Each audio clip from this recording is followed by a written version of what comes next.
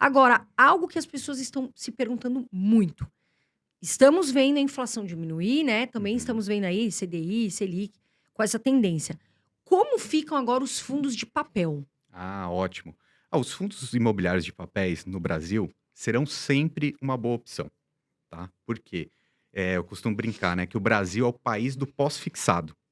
Então, se a gente pegar historicamente taxa Selic, taxa de inflação, o IPCA, sempre são altos, tá? Então, ok, agora está em 13%. Não vai ficar 13% para sempre, a taxa Selic.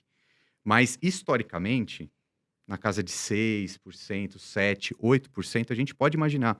Outro dia eu fiz um estudo, a Selic em 10 anos, se a gente puxar 10 anos para trás, em média é algo em torno de 8%. Tá? Então, é alto. Né? Se a gente comparar com outros mercados, por exemplo, taxa de juros norte-americana não passa de 2% na Sim. média, normalmente. Tá? Então, o Brasil ele é sim o país do pós-fixado.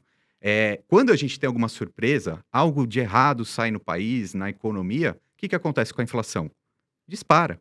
Sim. Então, vai acontecer de novo.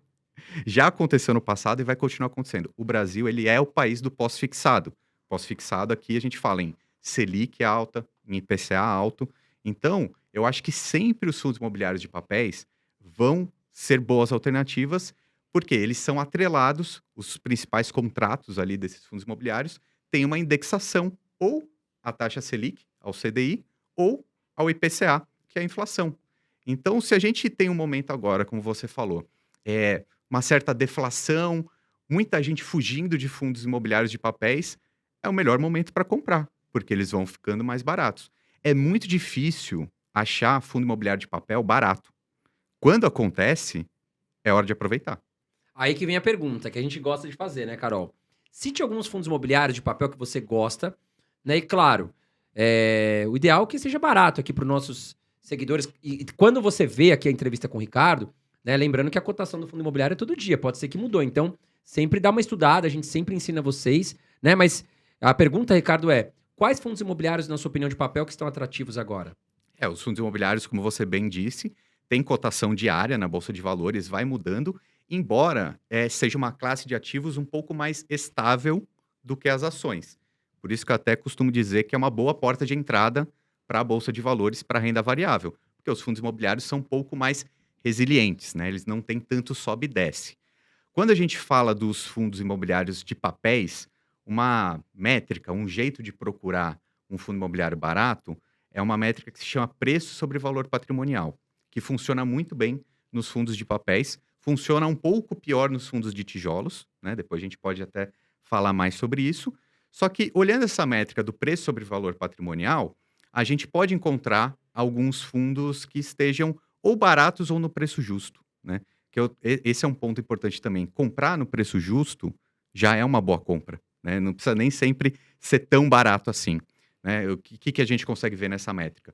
Se ela estiver próximo de um, quer dizer que esse fundo está no preço justo ou barato. Então, como um exemplo, a gente tem, eu acho que é o maior fundo imobiliário da Bolsa Brasileira, um fundo de papel, é o KNCR11. Tá? E ele está, nesse momento que a gente está gravando esse vídeo, ele está justamente no preço justo. Nessa métrica do PVP, ele está em um. E ele é um dos fundos maiores, né? Eu gosto de falar sobre esses fundos que têm bastante valor patrimonial, porque eles acabam sendo um pouco mais seguros, né? Mais diversificado, né?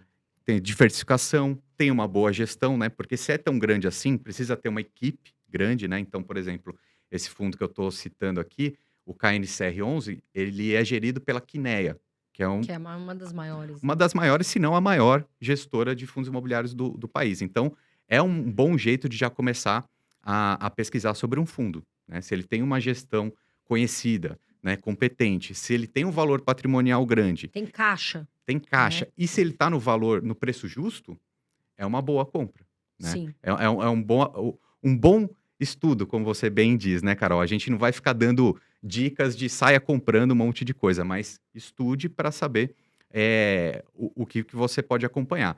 Então, eu acho que essas são algumas dicas, né? Um fundo imobiliário, por exemplo, que está sendo super recomendado por analistas, amigos meus, é esse, o KNCR11, e ele é um fundo que eu acho interessante dar uma olhada. Legal.